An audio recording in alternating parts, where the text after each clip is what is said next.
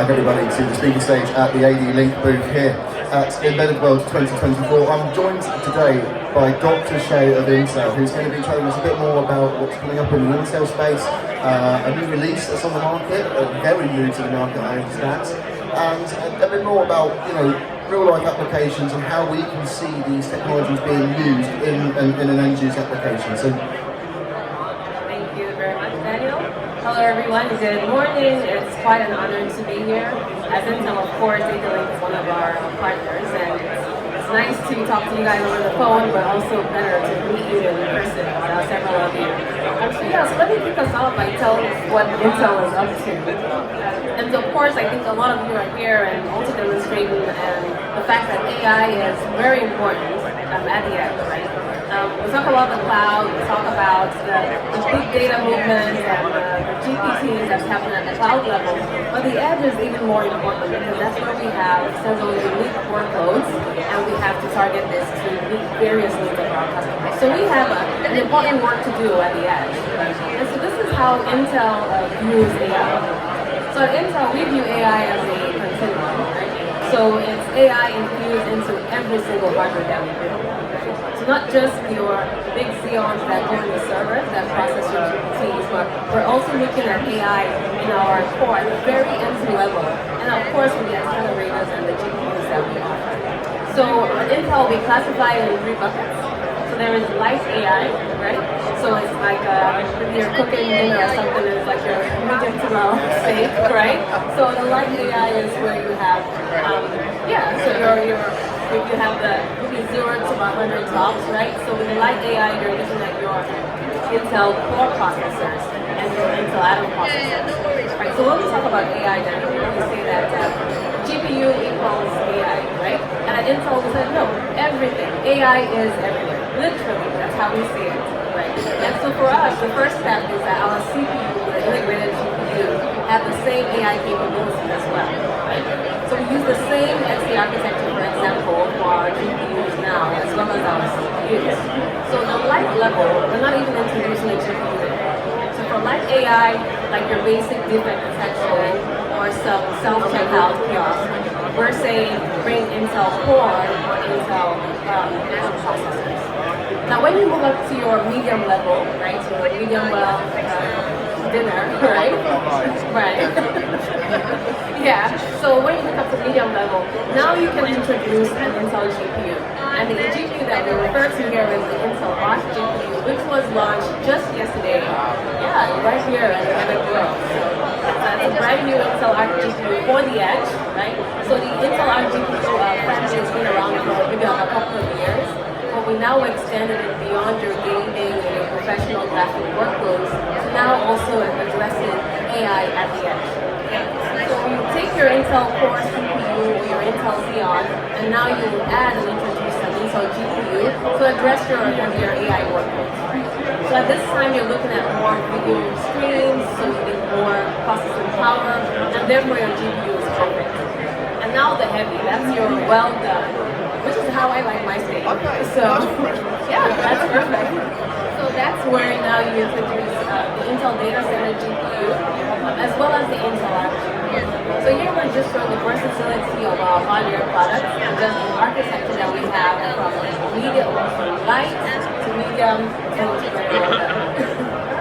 and you say that this is defined for the edge. Arcs come in to be specified in this industry and on the edge. If you can tell us a bit more about what it is that you're looking to deploy on the edge and how the Intel Arc is going to make a difference to the marketplace. Absolutely, and it gives me great joy, guys, to talk about the Intel Arc GPU, right? As a product manager, you work behind the scenes, you're always in meetings, you're closing tasks, right? You're working on this for years, right? Nobody ever sends the final product. So finally, the Intel Arc GPU is what we launched yesterday, as I mentioned earlier. And this is purpose-built for the edge, right? So we have your long life product availability, as well as the Windows LTSC support. We offer AI acceleration at the edge, of course, that's quite important, as I mentioned. And let's not forget your digital signage features. If you want to do multi-displays, I mean, we only have one here, but imagine if we had a screen of 16 or this huge ginormous screen, then this is a GPU that's perfect for this kind of workloads. So we bucketed our workloads into 3 categories. So you have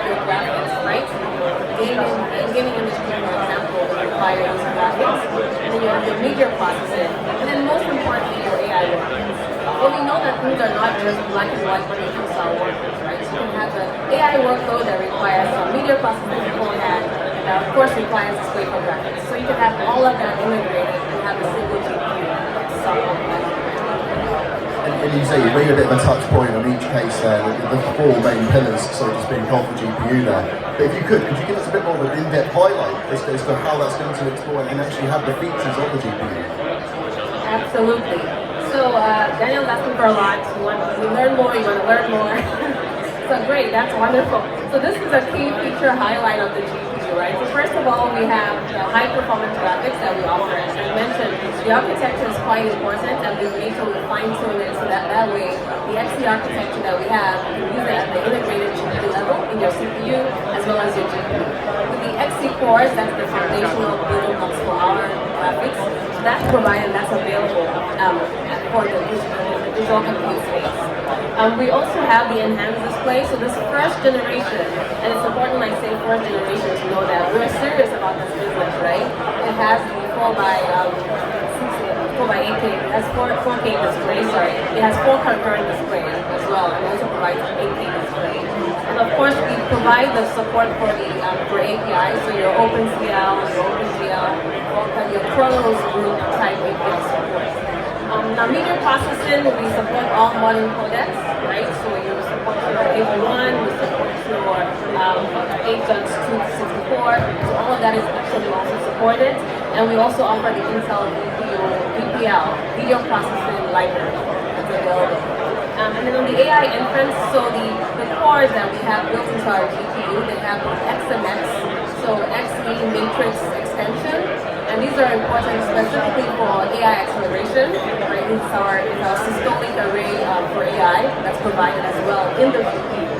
And finally, the OpenVINO toolkit is an Intel open source toolkit that we built, and that's helping with optimizing AI workloads. So you can come as you are, you take your PyTorch model, you can either convert using OpenVINO. We now have a one-click, one-line code solution, or you can use OpenVINO as a backend for your AI workloads. So that's all great, but I want to point out the key features for our edge, our GPU for the edge, right? Long life, right? So when you talk about edge, you require that extra long life, right? Our parts are staying in for so many years, and that's what our customers want. So for us, the 5-year product availability is the first thing that we offer on our first generation GPU. So that's available. So that's one thing with the hardware supply, right? But there's also the software piece component that goes with it. So we're talking about the technical support, right? So even beyond the 5 years, Intel will be there to pick up the phone, right? But we provide the technical support that we typically do on our CPU, or of course making sure we extend that offering to our GPU product line. So that's first. That was and it's always very interesting how you go ahead about doing 5-year product supply, because you also have to think about the memory supply, right? So we've ensured that we have the memory supply and the GPU supply to be able to provide our partners like ADLINK the GPUs that are required. Of course, the operating system, Windows LTSC, right, the long-term services channel for Windows, that is basic for a lot of our edge workloads. We also have a digital signage feature that I mentioned for display, and the CPU host support. Now, CPU host support is important, right? A lot of what you may already have a GPU, as I mentioned, a CPU. If you have a CPU and you want to build on because you have a workload that requires more performance, you add the GPU. So we've made sure that we pair this up all the way up to 10th generation of our processor. So from our 10th gen to our 14th gen core processor, where the parent arc is paired with those processors. And we're continually extending that because our customers are not just using the core processors, but also using our Atom and our Xeon processors. So we are offering support, so we're dedicated to trying to make sure our GPUs supports all the CPUs that you have in your work with your use cases today. And then finally, the embedded use conditions. So embedded use conditions are typically like what we like to see at the edge, especially for like advanced, like for extra reliability. So you're talking about 80% activity factors for your GPU, right, versus your 20-30% that you typically see on your CPU. So we've ensured that there's select SKUs for the output of my YouTube having embedded GPU. Now that was a mouthful, but I promise a lot of this information is available on our Markets for the Edge GPU website. We even have detailed description, links, white paper on AI, and several other things where you can go deeper into this. Perfect. So you're going to tell us more about the actual GPU itself over the next slide, I believe. A quick overview for anyone that's like speeds and feeds. I don't need to walk through every single one of these, but just to give you a highlight of some of the speeds and the feeds as far as what gen PCIe do we offer. This is the PCIe 4. What's the memory size that we have? So because we have a SKU stack that's from low power or up to like 25 watts, all the way to now 225 watts on our high-end SKUs that we also just announced yesterday. So we have a wide range of memory, so 4 gig US memory size, all the way to 16 gigs coming out later this year, right? And so the range is based on, of course, on your workloads and what customers are trying to do. Is it a gaming application, or is it a medical industry or an AI infrastructure? So memory is one thing I want to call out here. Another thing that I also want to highlight is just different power options, right? I'm going to talk about the 25 to 75 watts and one series that gives you up to 66 TOPS. And then we have our middle and then all the way to 235 in-state AI influencer TOPS that's available on here. So high level, if you're interested, you can dig deeper, but don't go to every single one of these line items. Yeah, that's fine. As much as we love, the number crunching, we love the different specs of it, but this is a brand new product, very exciting times. So we've covered the hardware, we've covered the chip itself, but what do you do on the after end? Do you support the software side of things as well? Absolutely, software is very important, and I think we can all attest to that. So this is an abstract of a software layer. I'm not saying it's the exact, because you may look at it and say, hey, you're missing this layer. Yes, that's fine. But this is really just meant to highlight some of the software things activities that we do for the Intel GPU. So starting at the bottom, I already mentioned it's important to us to have the Windows LTSC version, right, for that use case. So we have that offered at the lower level. And just so you know, this software stack is not for every single workload, right? It depends on your workload, you put the one that works for you top to bottom. So at the bottom you have our OS, your operating system, which is very important. Windows and Linux is what we offer today. And of course at the driver level, we have, of course, drivers that we build to interact with our GPU. And typically the ones offered by the Kronos group, so your OpenCL, your OpenGL, OpenGFES as well, and your Vulkan, right? And of course DirectX, which is more for the gaming space, and so that's also available. And on top of this, you have the user mode driver as well as a Thunderbolt driver, so you have communication back and forth to the GPU. At the next level, we're now talking about the 1DNN and the 1DAL. So these are libraries that are part of Intel's One API initiative, which is an open source initiative, and this one is for neural network, the other one is for data analytics. So we have those libraries available, and the one VDL, which is for video processing, as well as the V2 profiler, which is for performance optimization at the library level. And at the very top is our middleware and frameworks. Of course, you can come in with your TensorFlow and your PyTorch. That's perfectly fine. And then we also offer the Intel OpenVINO toolkit, which there's several benefits to it. Of course, performance, usability, and versatility. But one of the things about OpenVINO is that it's open source. So you avoid that vendor lock-in where you have to use a particular software without going elsewhere. I'm not saying anything, right? But this is an open source software used to help to optimize your AI workloads, right? And OpenVINO has grown and evolved over the years from where we started. If you look at the latest release of OpenVINO, we've made it much more easier for you to come and import your code, one-click option or one-line option through the API, or just use it as a backend. So again, it's evolved. The latest release was maybe a couple of weeks ago, and that has come a long way from where we started. But all of this is meant to help us to get AI workloads working and optimized and deployed much more easily. And the great thing about OpenVINO, it works on multiple different different software and hardware. Right? It works on your CPU, it works on your GPU, and it even works on external hardware with the audio as well. It's open source and meant for lock-in, so that's why it's available across different hardware we dig into there again, and you're kind of highlighting the lifespan and the support that's going to come. We know the pain upgrading, and then in a 5-year lifespan of it then evaporating. So it's good to see that you've got the versatility to carry on supporting the clients that they produce. Now, we've spoken a lot about the GPU itself, we've spoken a lot about its features, but to many people in this day and age, we want to see, an end-case solution, a real-world solution as to how these are being used on the edge. So please, if you could tell me more. Absolutely. It's nice to sit in the corner and plan about GPUs and talk about the hardware features, but so what?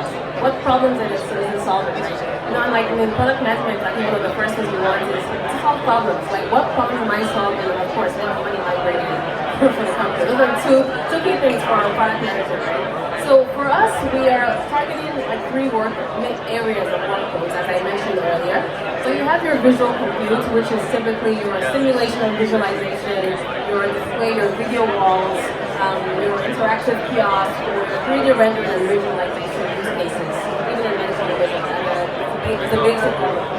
And of course the AI inferencing, which is media analytics, right? So it can be your video, your audio, your voice, whatever the medium is, right? That's part of the key workflows or categories for AI inferencing. And of course your machine vision, your object detection, your classification as well. And of course natural language processing that we all talk about. And then finally, for your media processing, so for content creation or video production, those are typically what you tend to see in that space.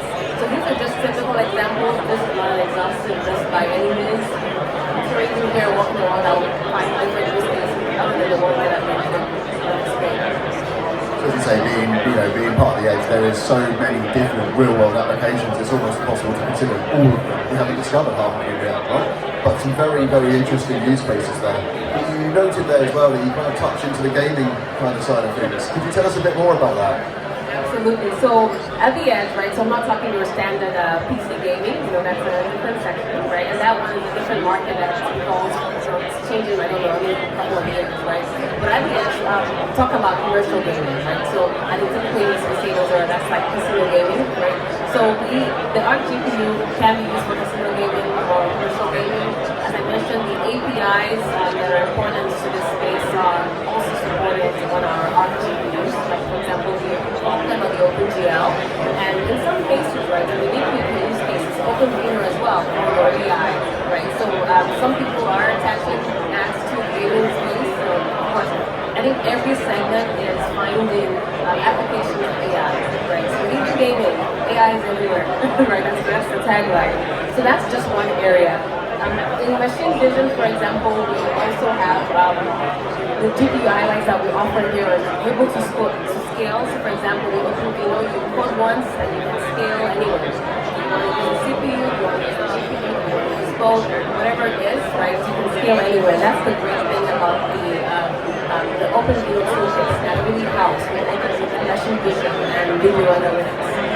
And then I think frictionless resource is by far one of the most interesting I find use cases. It's the whole idea that you can walk into a store and walk out, and your bank account is nothing but your $10 that you bought your hardware store, right? Because you get into a store, it identifies who you are, and you walk out and it identifies what you're paying. So there's this idea that a lot of our segments are toying with, right? You walk into a store and walk out, and all of that is frictionless. The concept is crazy these days, right? It almost seems backwards, but that is where we're going. That is where we're going to end up. So it's very interesting to hear that that's also going to be an applicable use case for this. And we even have like reference designs and models that we already have at Intel just for this use case, a frictionless use case. So it's something that it's not just an exploratory or like a vision somebody has. There are actually stores where this is happening today. So I think that brings us to the end of our presentation. As we said today, so you're going to tell us more about you've got different variations of the art. Absolutely, 3 different variations, and this is where I want to end. Because when we started to develop this with our partners, also like ADLINK, we focus mainly on the 300 series. So we're targeting the gaming and video on use cases and low power. This is sub 75 watt space, and we offer this in this can be built into at least 2 different form factors, like your MXN Type A, even your MXN Type B, but also your PCIe half-life, as you can actually see all the way at the back over there. So that was nice and that was great. Hey, we have the GPU coming up. Well, we tried to listen and we realized that, yeah, it's great that you can do some AI workloads on that 300 series of GPU, but our customers are doing heavier AI workloads. Video processor, and it demands a lot more performance, right? And that's where the 700 and the 500 series have been recently announced just yesterday, and they won't be available until the second half of the year. So these are meant to help with AI processing and for medical imaging, typical workloads that are more, don't have the constraints that the gaming space has, for example, the power envelope. They're much more open. So these go all the way to 275 watts. The 700 and the 500 series, and that's what they aim to. So this is just what's coming up, what we have announced for the ARC GPU. We believe that we're revolutionizing the edge, right, with this ARC GPU, that we're taking the way things are done. We're causing our customers that already have CPUs to build upon it. So we're saying, hey, reduce your TCO because we already have a legacy system. We have like a 10th generation processor from several years ago.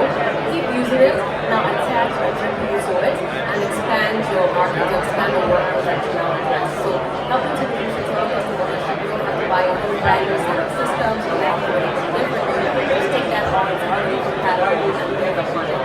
So ARC is the making product that you do check it out at the Intel booth when you get a chance.